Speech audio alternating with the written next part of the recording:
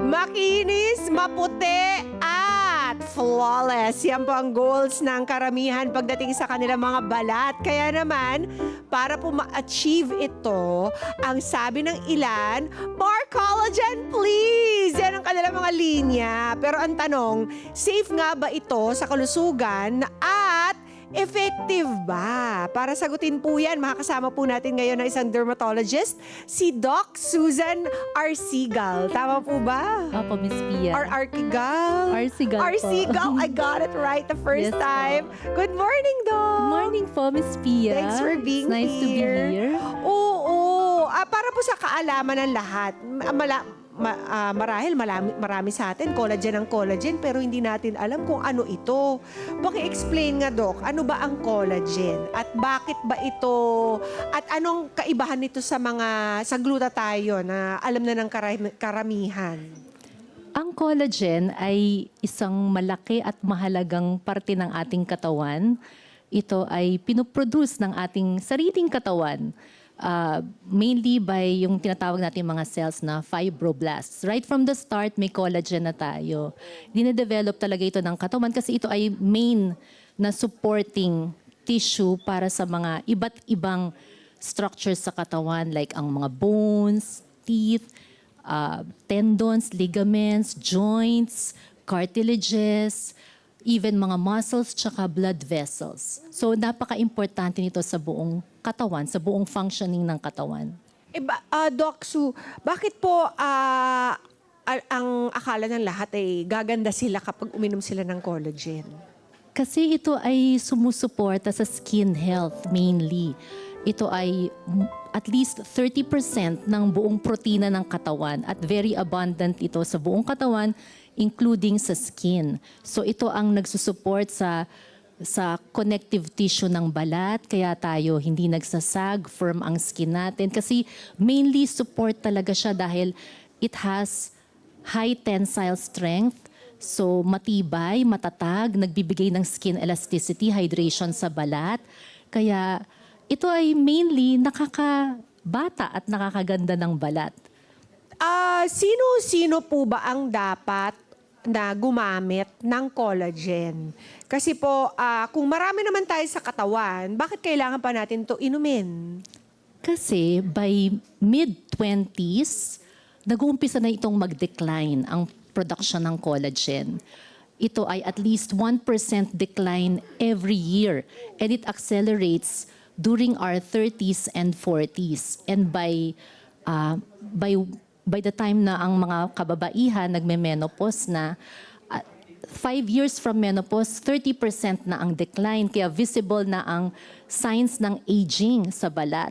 Yung nagsasag na siya, may wrinkles, Okay. hindi na firm. Oo, so nagsisag na yung mga skin natin Yes. all over the body. Yes. Kaya pala, di ba yung niloloko natin kapag nag-wave, lahat nag-wave, hindi lang yung kamay. Yes. Yung buong braso nag-wave na rin. So may kinalaman po Opo. yun Opo, meron. sa pag-decline ng collagen production Yes, sa ating starting katawan. at mid-20s. Oh, Kaya starting marami na rin mid-20s. concerned.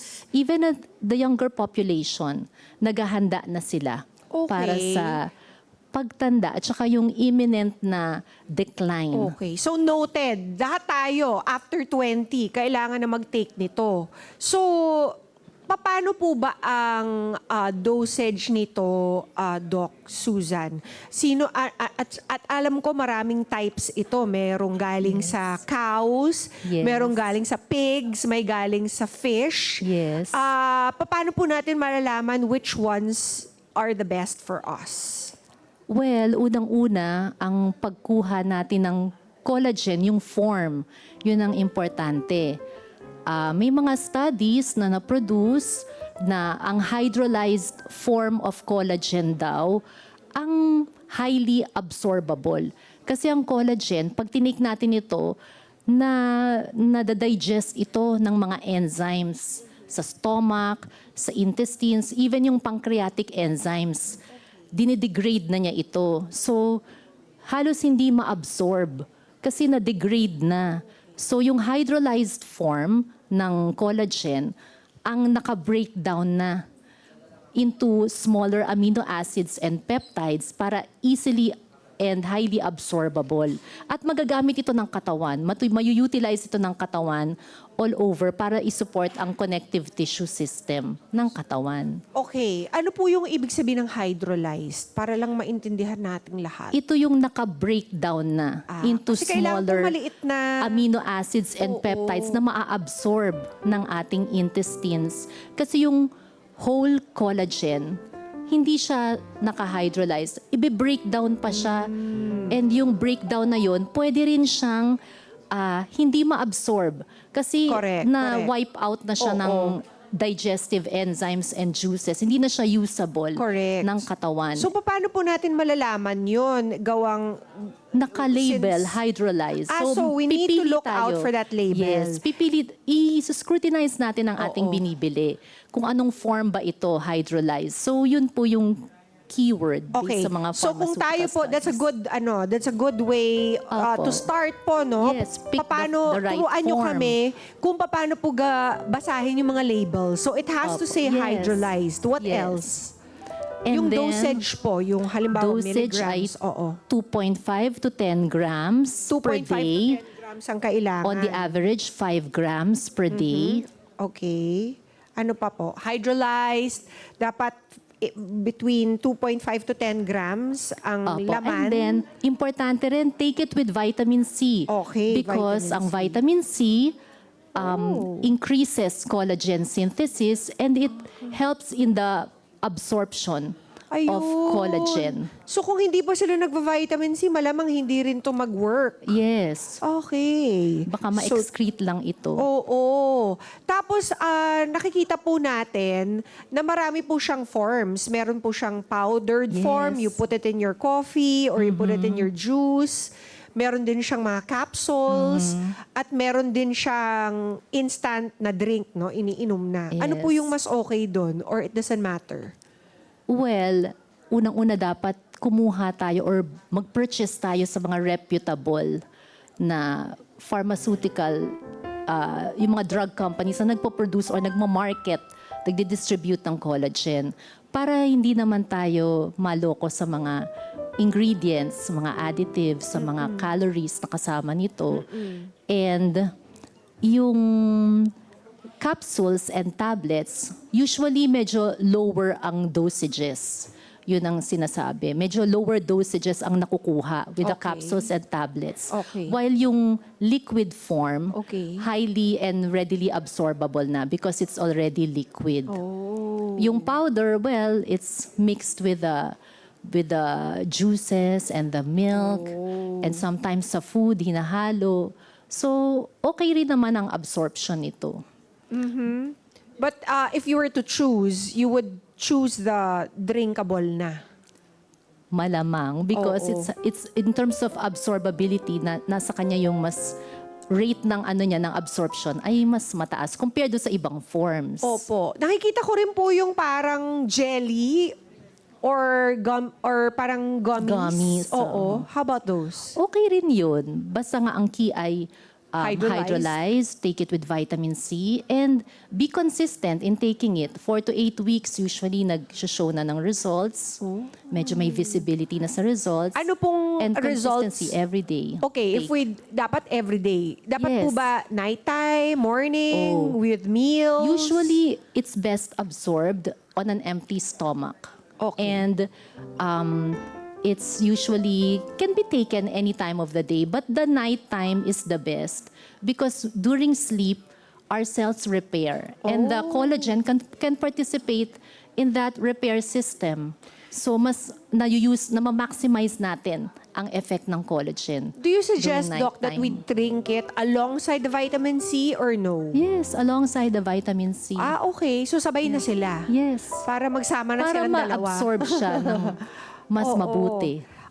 Doc, another thing, does it matter where the collagen comes from? Should we be concerned whether it came from cows or pigs or fish? Wala naman. Basta as long as yung nagtitake ay hindi allergic to any of those. Yeah. Because some have allergies to fish Oo. and to eggs. So sometimes may mga ganong derivation ng collagen. So kailangan alamin din natin sa ating sarili kung may allergies ba tayo, kung may mga previous experiences na tayo sa mga pagkain na ito. And yung source, kung naka-label doon na bovine collagen, marine collagen. So, iti-take note natin kung meron tayong mga inborn na allergies. Okay. Of course, in some other places, medyo iniisip pa nila yung sustainability dahil daw yung bovine derived from cows, of course, nag-clear ng mga rainforests para lang makapag-propagate sila na mas maraming cows for this particular purpose. So, kung kayo po ay medyo, 'di ba, environmentally conscious, you Yes. might want to shift to marine Yes. collagen as long as you're not allergic. Kaya ito po, meron po tayong mga fake or fact items here, Doc. Pakisabi na lang po with the use of those signages kung fake or fact itong mga pinaniniwalaan natin about collagen. Fake or fact, sa edad na 40, nag-uumpisang tumaas ang natural collagen production ng isang tao. Alam nating fake ito.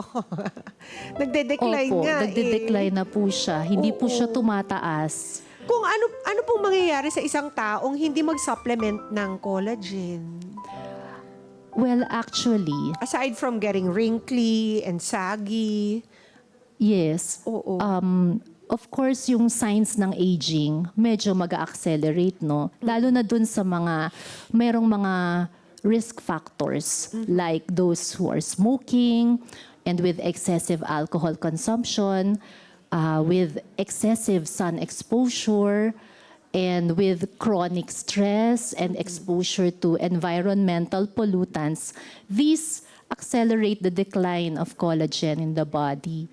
So, dapat din po talaga healthy ang overall na well-being and lifestyle. At this is not exclusive to women. Pati mga Of lalaki course. kailangan uminom nito. Opo. Oo. Okay, next. Fake or fact, ang paggamit o pag-inom po ng collagen ay nakakatulong din para madagdagan ang timbang dahil ito po ay isang uri ng protein. Fake or fact po?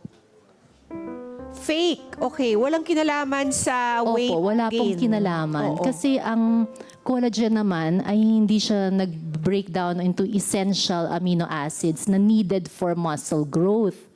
So, ito, yung mga essential amino acids needed for muscle growth ay whey and casein. So, alam po ito ng mga nagba-bodybuilding, nagwa-weightlifting, and in general, yung mga nagsa-strength training, Yeah. na whey and casein yung important, hindi collagen. Kasi yung collagen, hindi naman po siya nakaka-weight Bulk. gain dahil sa hindi naman siya essential amino acid. Okay. And then our last item, fake or fact, mas nagiging epektibo ang paggamit o pag-inom ng collagen kung ang kinakain ay mayaman sa vitamin C. We know this to be a fact.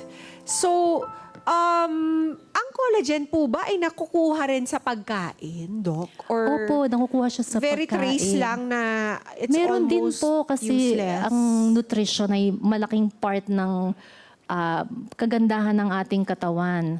At yung Okay. pag-iwas sa sakit, kailangan talagang proper nutrition. So yung mga bone broth, Ayaw. even garlic. Bulalo, pwede? Yes, bone broth, garlic, Garlic. citrus fruits, Citrus fruits. eggs, fish, even yung mga yung balat ng fish. Oo, yung mga salmon Yes, skin, chicken, di ba? chicken, even yung balat ng chicken, Uy. rich in collagen. Sarap yan pag chicharon, So, Doc. meron din talaga Yung- sa food, Oo, not ingat lang only dun in sa supplements. mga may mataas ang what do you call this? Cholesterol.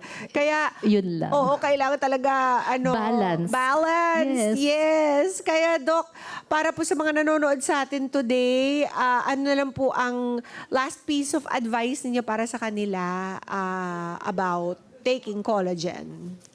Ang mahalaga po ay uminom ng tamang form ng collagen.